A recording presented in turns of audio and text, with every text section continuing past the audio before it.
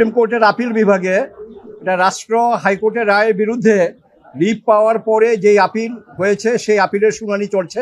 তো আজকে শেষ দিনের মতো রাষ্ট্রপক্ষ রানের ডেপুটি অ্যাটর্নি জেনারেল ওনার আর্গুমেন্ট উনি শেষ করলেন এবং আমরা ডিফেন্স থেকে কোর্টের পারমিশন নিয়ে আমি প্রথম দাঁড়ালাম। আমার defence team mister Shishir Monir, barrister Kaiser Kamar, barrister Badruddoza Bajan and all my learned friends they were with me. আমরা আমাদের আর্গুমেন্ট আমরা শুরু করেছি। আমার যুক্তিতর্কের শুরুতে যেটা আমি কোর্টের নোটিশে আনার চেষ্টা করেছি সেটা হলো যে একটা ঘটনা নিয়ে দুটা মামলা কেন। একটা হলো আপনার 302 ধারায়, হ্যাঁ মানুষ মারা গেছে, তার জন্য যথাযথভাবেই দণ্ডবিধির যেই ধারায় মামলা হয় সেখানে হয়েছে। আবার আরেকটা চার্জশিট আসছে আপনার এক্সপ্লোসিভ সাবস্টেন্স অ্যাক্টের 3 এবং 4 ধারায়, সেটা হলো যে আপনার ওই গ্রেনেড বিস্ফোরণের জন্য। এখন দুইটা মামলা চলে না, আর যদি দুইটা মামলা চালাইতেও হয় সেখানে আইন স্পষ্ট যে সাক্ষী নিতে হবে দুইটাতে আলাদা আলাদা করে। কিন্তু এই মামলায় আজকে আমরা মাননীয় আদালতে আমরা এটা দেখিয়েছি যে একটা মামলায় সাক্ষী নিয়ে ওই সাক্ষীটা আরেকটা মামলাতে হুবহুব তুলে দিয়েছে কার্বন কপি করে, যে এটা বিচারের নামে প্রহসন এবং এটা হতে পারে না। আমরা এটা মাননীয় আদালতের নজরে এনেছি এবং এটার সুবাদে আমাদের বাংলাদেশ সুপ্রিম কোর্টের, ইন্ডিয়ান সুপ্রিম কোর্টের, পাকিস্তান সুপ্রিম কোর্টের বিভিন্ন ডিসিশন আমরা বই আকারে মাননীয় বিচারক মহোদয় যারা আছেন including hour honourable chief justice আমরা এটা দাখিল করেছি। তো কেস অ্যাডজার্ন হয়েছে আগামীকালকে আবার সকাল 9টায়। আমরা আশা করছি যেটা আজকে মাননীয় প্রধান বিচারপতি মহোদয় বললেন যে 1 নম্বর আইটেমে থাকবে, আগামীকালকে আবার এটা শুরু হবে।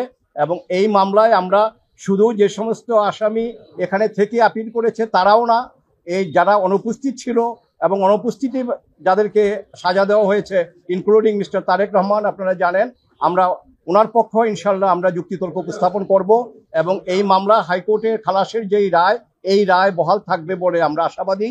এবং সেই খালাসের রায়ে হাইকোর্ট বিভাগ বলেছে যে যদিও তারেক রহমান সাহেব আপিল করতে পারেনি কিন্তু এই জাজমেন্ট তার বেলায়ও প্রযোজ্য হবে এবং আমরা আশাবাদী ইনশাল্লাহ আমাদের সুপ্রিম কোর্টেও এটা বহাল থাকবে। সে আশা নিয়ে আগামীকাল সকালে আবার আমরা কোর্টের বারান্দায় দাঁড়াবো। আমরা জানি না, আমরা চেষ্টা করব যত যেভাবে পারি। তবে আজকে মাননীয় প্রধান বিচারপতি মহোদয় বলেছেন কালকে প্রয়োজন বোধে পরশুও এটা কন্টিনিউ করতে পারে। এটা হলো ফৌজদারি কার্যবিধির 364 ধারা অনুযায়ী এই স্টেটমেন্টটা রেকর্ড হয়। 164 ধারা মতে যে জবানবন্দি, এই জবানবন্দিটা রেকর্ড হয়, প্রসিডিউরটা হলো 364 সিআরপিসি। এই 364 সিআরপিসিতে বিধান যেটা সেটা হলো ম্যাজিস্ট্রেট সাহেব প্রশ্ন করবে, আসামি উত্তর দিবে, প্রশ্ন করবে উত্তর দিবে, উনি এটা লিখবেন। কিন্তু আমাদের মাননীয় বিচারপতি জনাব জুবায়ের রহমান চৌধুরী সাহেব উনি 3-4 জনের স্বীকারোক্তি নিয়ে উনি দেখালেন যে 12 পৃষ্ঠা 20 পৃষ্ঠা এই সময়ের ভিতরে যেটা হাতে লিখতে হবে, তারপরে সেটা টাইপ হইতে যদি হবে, কিন্তু হাউ ইট ইজ পসিবল। এবং একই ম্যাজিস্ট্রেটের একই পিয়ন 3 জনকে একসাথে পাহারা দিয়ে রাখলো এবং পরে 3 জনের স্বীকারোক্তি ওই ম্যাজিস্ট্রেট সাহেব দেখা গেছে যে 3 ঘন্টা 4 ঘন্টার ভিতরে এগুলি করে ফেলেছে।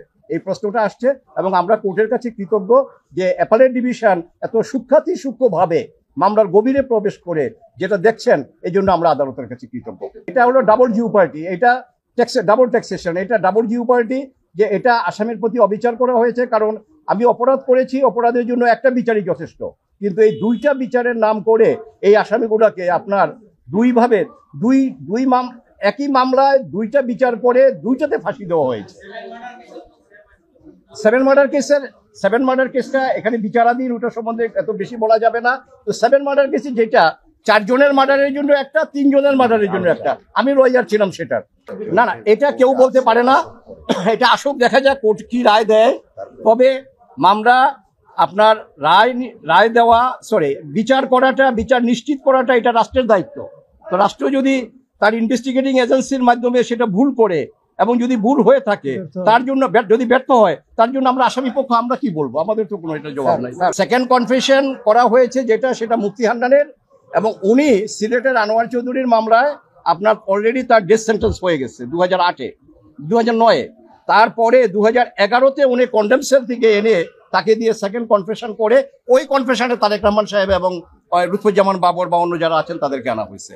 এবং আমরা বলছি যে একটা মামলায় একজন ফাঁসির দণ্ডপ্রাপ্ত আসামি তাকে সরাসরি কন্ডেম সেল থেকে ম্যাজিস্ট্রেটের কাছে নিয়ে গিয়ে যে কনফেশন রেকর্ড করা হয়েছে এই কনফেশন আইনত টিকতে পারে না। ফাঁসি কার্যকর নিয়েও প্রশ্ন তুলছিল এবং ফাঁসির কার্যকর হলো এই মামলাটার 342 আগেই তার ফাঁসি কার্যকর করে ফেলেছে। কাজেই আমরা এটা দেখিয়েছি যে আপনার তার কনফেশন বিবেচনায় আনা যাবে না, এই জন্য যে তাকে বিচারের শেষ সুযোগটা দেওয়া হয় নাই।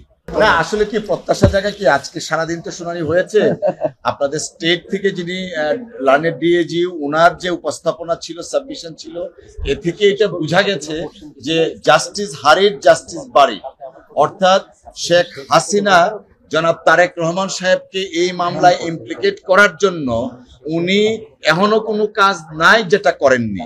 অর্থাৎ মামলার অবস্থা দৃষ্টি মনে হয় যে আইবি রহমান সহ 24 জনের যে আনফরচুনেট ডেথ হয়েছিল, শেখ হাসিনা নিজে আইবি রহমান হত্যার বিচার হোক সেটা চায় নাই।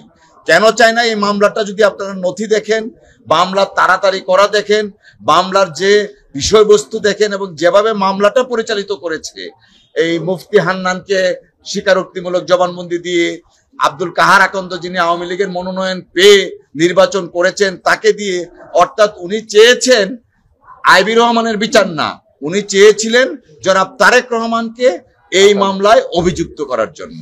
এই কারণে বললাম জাস্টিস হারিড জাস্টিস বারিড। এখানে দেখবেন সবচাইতে বড় সমস্যাটা হলো যে এই মামলাগুলোতে বিচার করার আগে যাদের স্বীকারোক্তিমূলক জবানবন্দি নেওয়া হয়েছে তারা কেউ কেউ 410 দিন পর্যন্ত টাস্কফোর্স ইন্টেলিজেন্স বা টিএফআই সেলে বন্দী ছিলেন। তাদের স্বীকারোক্তিমূলক জবানবন্দি নেওয়া হয়েছে 12 জনের। এর মধ্যে মুফতি হান্নানের স্বীকারোক্তিমূলক জবানবন্দি নিয়েছে দ্বিতীয়বার, তিনিও টিএফআই সেলে সবকিছু মিলে 410 দিন বন্দী ছিলেন। সুতরাং তার করা স্বীকারোক্তিমূলক জবানবন্দির আইনগত কোনো মূল্য থাকতে পারে না। তার একই সাথে তিনি যখন দ্বিতীয় স্বীকারোক্তিমূলক জবানবন্দি করেছেন তখন মূলত তিনি কন্ডেম সেলে ফাঁসির আসামি হিসেবে বন্দী ছিলেন। সুতরাং তারও আর এই কোনো মূল্য থাকতে পারে না। মোর ইন্টারেস্টিং, এই 12 জনে যে করেছেন এই 12 জনের কনফেশন একসাথে মিলিয়ে পড়লে, আমরা দেখাবো আগামীকালকে কোর্টকে, একসাথে মিলিয়ে পড়লে একটার সাথে আরেকটাকে আপনি মিলাতে পারবেন না। এবং আরো ইন্টারেস্টিং হলো এই মামলায় 17 জন স্টার উইটনেস আছে। এই স্টার উইটনেস আমি দেখাবো আগামীকালকে, যে একজনকে সাক্ষী বানানো হয়েছে, আরেকজনকে আসামি বানানো হয়েছে। যিনি আসামি হতে চেয়েছেন তাকে আসামি না রেখে সাক্ষী করা হয়েছে। অফার দেওয়া হয়েছে যে যদি আপনি সাক্ষী হন তাহলে আসামি করা হবে না। এইভাবে 17 জন ঊর্ধ্বতন পুলিশ কর্মকর্তাকে মামলার সাক্ষী বানানো হয়েছে। তার মধ্যে টাস্কফোর্স ইন্টেলিজেন্সের যিনি প্রধান ছিলেন তাকেও এই মামলার সাক্ষী করা হয়েছে।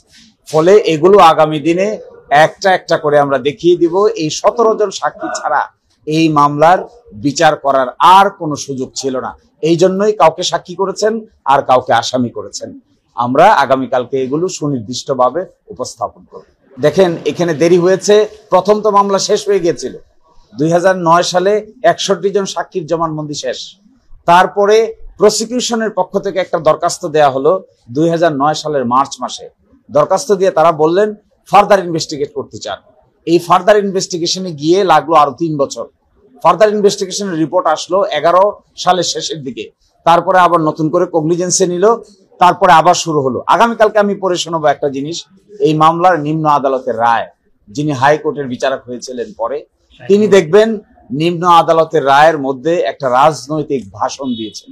এই রাজনৈতিক ভাষণটাও আমরা আগামীকাল অথবা পরশুদিন আদালতের সামনে তুলে ধরবো, যে কেন 21শে আগস্টের মামলার রাজনীতি কি ইম্প্যাক্ট আছে এই কথা বলে তিনি কনক্লুশনে পৌঁছেছেন।